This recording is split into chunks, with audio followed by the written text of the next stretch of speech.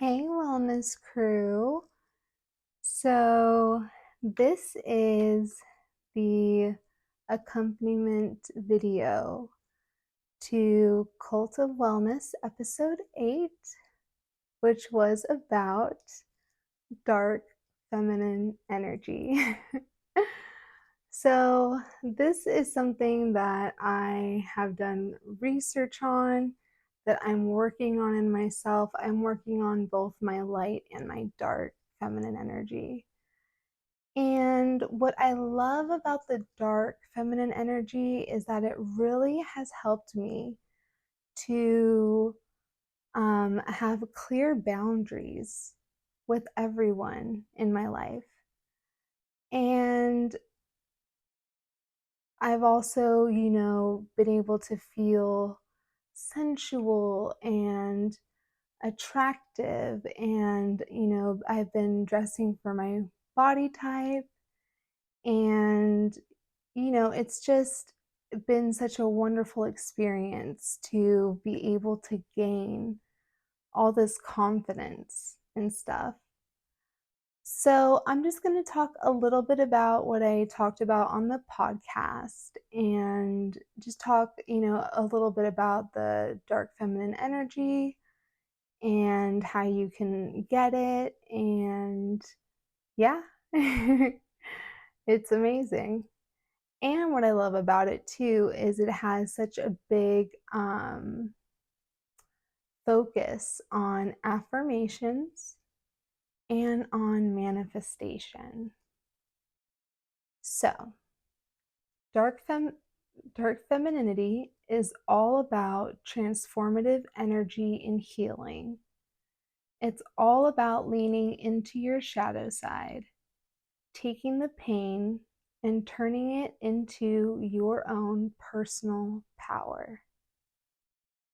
Bringing your deepest, darkest parts to the light and using them to your advantage rather than letting them take you down. It's about unapologetically being yourself, knowing who you are and what you stand for. So, knowing what you stand for, that's a really big part of helping to establish your boundaries and to know what your values are, because the worst thing you can do is violate your own values or do something that is like totally against your values and your beliefs. And you'll see it. I mean, you can see it, but when you're in your dark feminine energy, it's so much easier to not fall victim to that. If you choose to be a good girl, you can put your head down and hope that with time you are deemed good enough by those with more power. You might finally be given crumbs from the table of the people who are perceived superior to you. Or you could be a bad girl. Learn how to become a femme fatale, a woman in her dark feminine energy. You could recognize that every small decision you make has the power to slowly claim back your your power to create the life of your dreams. So I love the whole feminine energy in general because it's so much about having your goals, accomplishing them, really finding realistic ways and not so realistic ways of, you know, getting to your dreams. Like, I love that about all of this. Like, I really do. Women who step into their dark feminine energy are impossible to manipulate, are unstoppable at achieving their goals, and stand out of the crowd with their uniqueness. So, Definitely learning how not to be manipulated um, is super important, right? Knowing like what gaslighting is, terms like that. People think that because you were a people pleaser for such a long time and now you're making these changes, oh, well, you're just going with the whim of whatever. And oh, this sounds nice right now, this whole feminine energy thing, but it's not going to be forever. This is why, you don't talk too much about your goals and stuff like that, about your aspirations and your dreams with people that you don't 100% absolutely trust. The dark feminine energy is transforming and it is a transforming and empowering energy that shows you how to be the best version of yourself and change your life. Dark femininity is a tool rather than a weapon. And a lot of people think that, your dark feminine energy, that that's something that's going to be like manipulative, or there's just so many negative connotations. And I don't know if it's just like the use of the word like dark, like, oh, like that's so dark, or like that makes it negative. I'm not really sure. But what I do know is that you have to have both the light feminine energy and the dark feminine energy in order to be able to be your best self. It's the only way. You have to do work on both of them. And that light feminine energy is soft, it's very open. Um, the dark feminine energy is a little bit more closed off. It's more about, okay, I have to take care of number one, and number one is yourself every time. But it's true as well. It's not just a selfish thing, because you have to love yourself.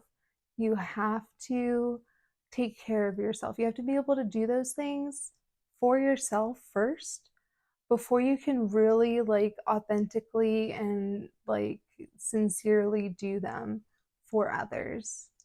And that's just a fact.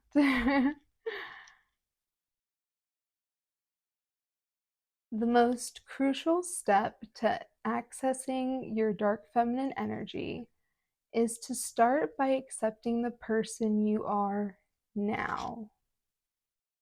Now, that means accepting the good and the bad. I don't really like to use those terms, but um, you know, you have to accept everything about yourself. You have to own it. You have to love it. And if there's things you want to change, you can totally change them by all means. You can. I mean, that's the whole thing about this. Like the dark feminine energy, the light feminine energy, I mean, you can change your identity at any time. Anytime. And I love that. I love that if I meet someone and they have a quality that I'm just like, oh my gosh, I love it. That I can say, okay, well, a version of that is going to be part of my new identity because it relates to me, not because I'm trying to be somebody different, but because it relates to me in an authentic way. And for a long time, I haven't been allowed to be my authentic self because of a myriad of reasons, but mainly because of fear and self doubt and lack of confidence. And those were all things that I used to deal with. And those were all things that were such a struggle for me, especially, oh my gosh, if I only would have known about this stuff in high school. Can you imagine how much further ahead I would be in my development? Um, the other thing too was like the first step with dark feminine energy which I already do anyways, was shadow work. And I loved that because I'm like, yes, like, let's talk more about shadow work and identifying, things from the past, traumas and stuff, and face them. Because the dark feminine energy is so much about facing the trauma to better yourself rather than let it, keep you down, keep you um, in that place of fear where you're too afraid to go near any of it, Um, the shadow work prompts, like they have them on Pinterest and stuff like that. You can find them online as well. Like what I did is I went ahead and I just screenshotted like 100 shadow work prompts. And I was like, okay, I'm going to keep these in my phone. And then when I'm journaling, I'm going to pick a question and answer it. But this is something that definitely takes time.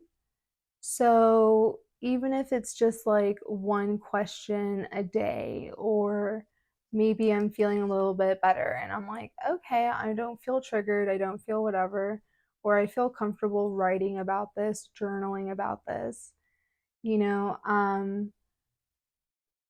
I just love the idea that you have to be able to know all of yourself, know the things that are flaws, because none of us are perfect, and I'm not trying to be perfect when I'm doing my videos just because I like to have certain little decorations and just because, I have like a backdrop and all that kind of stuff. Like, I'm not trying to be perfect.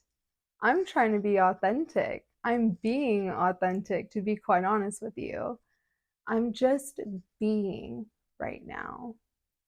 And when you're being, you're just in your feminine energy, particularly the light feminine energy. I'm enjoying getting to know my body. I'm enjoying getting to understand, okay, these things I'm experiencing, they're triggers, they're pent up, um, trauma that I just haven't processed yet. And that's what I love about the prompts is that it gives you the opportunity to have all these different answers to all these different questions. And you just never know which one's going to really like hit a nerve, or you may. But for me, there's been times where like stuff came out of nowhere and I was like, okay, I'm safe, I'm secure, I'm just going to breathe, you know. And not that I lost confidence or anything like that, but it's just when you're exposing yourself to previous trauma, it's definitely difficult. But I so love that this dark feminine energy just is fearless and alluring and sensual and beautiful and is strong enough to deal with shadow work, and that's like step number one is into connecting to your dark feminine energy is doing that shadow work. I highly suggest it. It's amazing. The prompts are great. You can find them in so many different places, like I said, Pinterest or like websites. They're incredible. But yeah, let's see. So, yeah, so the dark feminine self care, or the first one, is shadow work. And I just thought, I love that. I love that because for me, like journaling and doing all that stuff, I didn't think about shadow work as self care until I did this episode of the podcast. But oh my goodness, it's so true. Like that is definitely self-care too because like I write down a lot of affirmations. Um I do journaling. I have my gratitude like list and stuff that I do every day. But shadow work and stuff, I've been kind of hesitant about it, like about I haven't done it like a lot, but I've done it enough to where it's made an impact.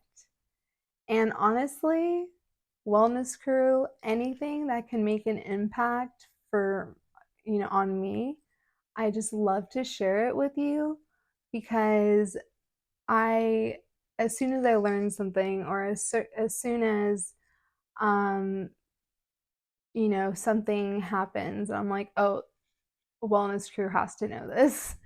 So I highly recommend shadow work. You can catch the episode of Cult of Wellness titled Dark Feminine Energy on Spotify. And that's the only place it's available. So, thank you so much for watching. I appreciate you. Please, please like and subscribe or follow. Feel free to leave comments. I love having a dialogue with my viewers. It means the world to me. So, thank you so much for listening and for being a fan. And just know I am a fan of yours too, and I am totally rooting for you.